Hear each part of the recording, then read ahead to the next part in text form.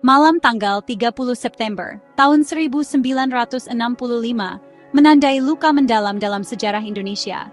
Sebuah titik balik yang diselimuti narasi yang bertentangan dan puluhan tahun keheningan yang dipaksakan.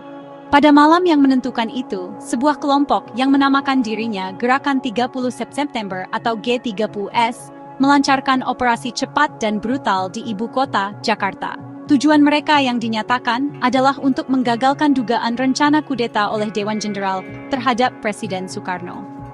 Gerakan ini, yang terdiri dari perwira-perwira muda dari pengawal presiden dan unit militer lainnya, bergerak di bawah kegelapan, menargetkan rumah-rumah pejabat tinggi militer negara.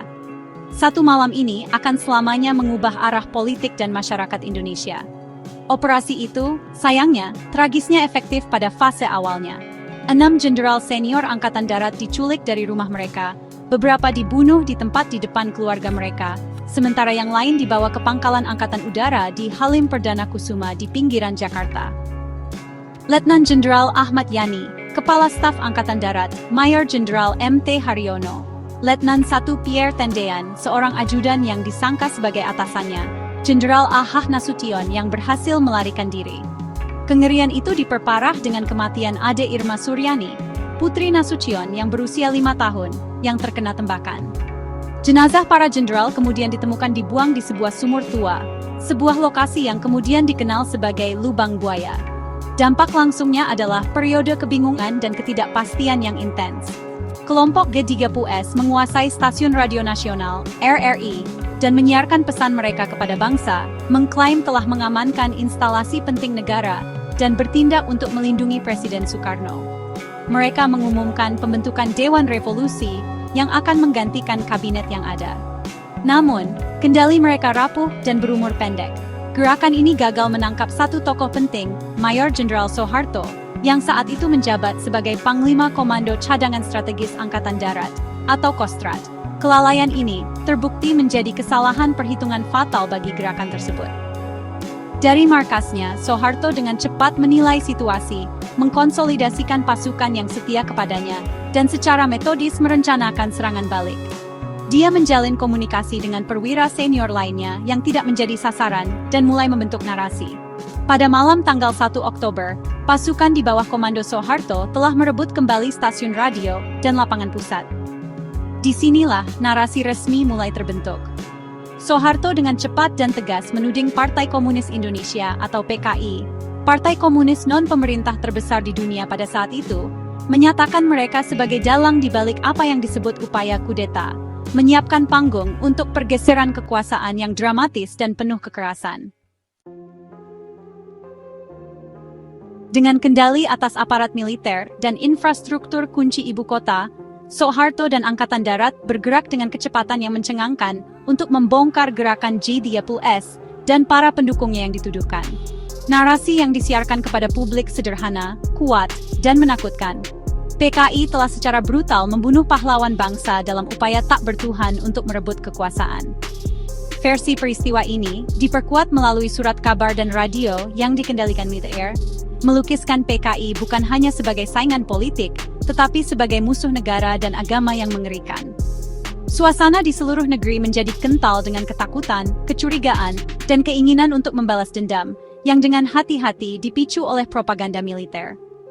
Kampanye ini meletakkan dasar bagi salah satu babak tergelap dalam sejarah Indonesia, pembersihan anti-komunis nasional. Dimulai pada Oktober 1965, dan berlanjut selama beberapa bulan, Angkatan Darat, seringkali dengan bantuan milisi sipil dan kelompok pemuda agama yang telah mereka persenjatai dan latih, melepaskan gelombang kekerasan sistematis.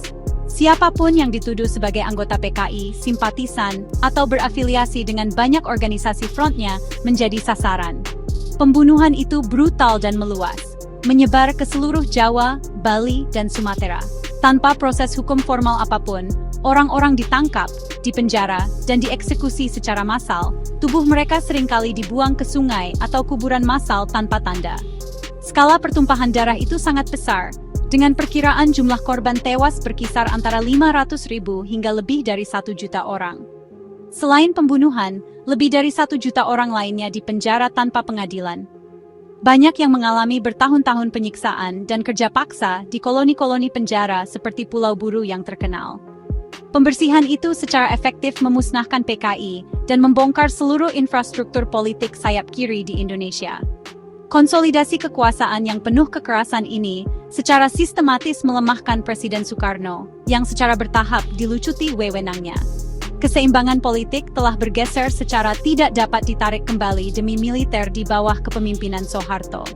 Periode ini memuncak dengan dikeluarkannya Super Semar atau Surat Perintah 11 Maret pada Maret 1966, sebuah dokumen kontroversial yang secara efektif mengalihkan wewenang kepresidenan dari Soekarno kepada Soeharto. Dengan mandat ini, Soeharto melarang PKI dan mulai membangun rezim Orde Barunya. Peristiwa G30S digunakan sebagai pembenaran dasar bagi pemerintahan otoriter baru ini, yang akan memerintah Indonesia selama 32 tahun berikutnya. Kekacauan dan kekerasan tahun 1965 disajikan sebagai kejahatan yang diperlukan untuk menyelamatkan bangsa dari komunisme. Sebuah narasi yang akan dilindungi dan disebarkan dengan gigih selama beberapa dekade mendatang, memastikan cengkeraman kekuasaan Soeharto yang tak tertandingi. Visual memainkan peran penting dalam membentuk memori publik tentang tragedi tahun 1965. Tetapi penting untuk dipahami bahwa tidak semua gambar adalah catatan sejarah yang netral. Selama Orde Baru, negara menjadi penulis utama sejarah visual bangsa, dengan hati-hati mengkurasi dan menyebarkan foto-foto yang memperkuat narasi resminya. Gambar-gambar yang paling banyak beredar adalah yang diproduksi oleh militer. Ini termasuk foto-foto dramatis penggalian jenazah para jenderal dari lubang buaya, gambar-gambar pemimpin PKI yang ditangkap terlihat kalah, dan foto-foto yang direkayasa dari senjata yang diduga disita dari para perencana komunis. Gambar-gambar ini bukan hanya dokumen. Mereka adalah instrumen mesin propaganda yang canggih. Upaya propaganda negara jauh melampaui fotografi. Pemerintah memproduksi film, monumen, dan diorama museum yang dirancang untuk menanamkan citra PKI yang tunggal dan mengerikan. Yang paling terkenal adalah film pengkhianatan G30S PKI, yang wajib ditonton oleh anak-anak sekolah dan disiarkan setiap tahun di televisi nasional. Film ini secara grafis menggambarkan penyiksaan dan pembunuhan para jenderal, menggambarkan anggota organisasi wanita yang berafiliasi dengan komunis, Gerwani, sebagai orang yang bejat secara seksual dan sadis. Klaim yang kemudian diungkap oleh analisis sejarah sebagai fabrikasi tak berdasar yang dibuat oleh tentara untuk mendehumanisasi lawan-lawannya dan membenarkan pembantaian massal berikutnya. Foto-foto otentik yang tidak dikurasi dari periode itu jauh lebih sulit ditemukan, tetapi memang ada. Arsip yang tidak diklasifikasikan, seperti yang dari Kedutaan Besar Amerika Serikat di Jakarta, menawarkan perspektif yang berbeda, seringkali lebih mengerikan.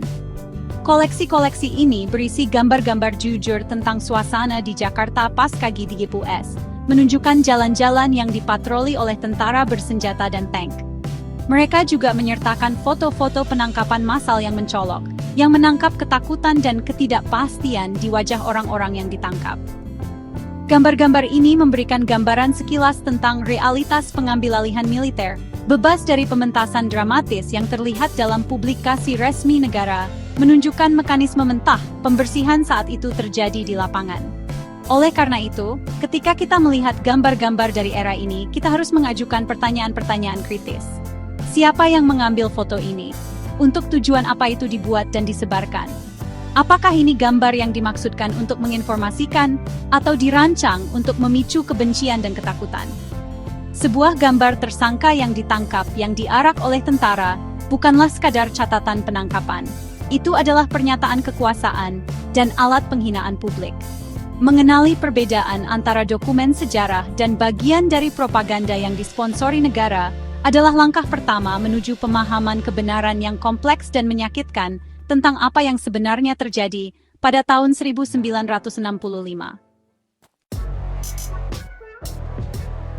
Dampak jangka panjang dari peristiwa G30S dan pembersihan berikutnya sangat menghancurkan dan mengubah masyarakat Indonesia. Konsekuensi yang paling langsung adalah restrukturisasi politik bangsa secara menyeluruh. Kepresidenan Soekarno yang karismatik dan berhaluan kiri digantikan oleh rezim militer Soeharto yang anti-komunis dan pro-barat. Pergeseran ini, yang dikenal sebagai Orde Baru, membawa stabilitas politik dan pembangunan ekonomi bagi sebagian orang. Tetapi itu datang dengan mengorbankan demokrasi, hak asasi manusia, dan kebebasan berekspresi. Selama lebih dari 3 dekade, setiap diskusi tentang peristiwa tahun 1965 yang menyimpang dari narasi resmi negara ditindas, seringkali secara brutal. Tatanan sosial bangsa juga terkoyak. Pembunuhan massal dan pemenjaraan menciptakan trauma mendalam dan abadi yang terus memengaruhi keluarga dan komunitas hingga saat ini. Para penyintas dan keturunan mereka menjadi sasaran stigma sosial dan politik yang intens. Mereka dilarang dari pekerjaan pemerintah, pergerakan mereka dibatasi, dan mereka hidup di bawah kecurigaan yang konstan. Diskriminasi yang disahkan negara ini menciptakan kelas warga negara yang diam dan terpinggirkan, yang kisahnya dihapus dari kesadaran nasional. Ketakutan akan dicap komunis menjadi alat yang ampuh untuk kontrol sosial, membungkam perbedaan pendapat, dan memastikan kepatuhan terhadap perintah rezim. Sejak jatuhnya Soeharto pada tahun 1998, keheningan perlahan mulai pecah. Generasi baru sejarawan, jurnalis, dan aktivis mulai menantang narasi monolitik Orde Baru. Melalui penelitian yang cermat, kesaksian penyintas, dan analisis dokumen yang tidak diklasifikasikan, gambaran yang lebih kompleks dan bernuansa tentang tahun 1965 mulai muncul. Karya-karya para sarjana seperti John Rosa telah membongkar mitos bahwa pembantaian itu adalah pemberontakan rakyat spontan, mengungkapkan bahwa itu adalah kampanye yang terorganisir secara terpusat yang diatur oleh militer Indonesia dengan tujuan politik yang jelas. Beasiswa baru ini sangat penting dalam memisahkan fakta dari puluhan tahun fiksi yang dibangun dengan hati-hati. Meninjau kembali periode gelap ini melalui data otentik, foto asli, dan berbagai kesaksian bukanlah tentang membuka kembali luka lama demi itu. Ini adalah tentang mencari kebenaran dan keadilan bagi para korban dan mencapai rekonsiliasi nasional yang lebih jujur. Sebuah bangsa tidak dapat membangun masa depan yang sehat di atas dasar kepalsuan sejarah. Dengan menghadapi bagian paling menyakitkan dari masa lalu kita mengakui penderitaan yang ditimbulkan dan mengambil langkah penting untuk memastikan bahwa kekejaman seperti itu tidak pernah terulang. Hanya dengan memahami cerita lengkapnya dalam segala kompleksitasnya, Indonesia dapat benar-benar bergerak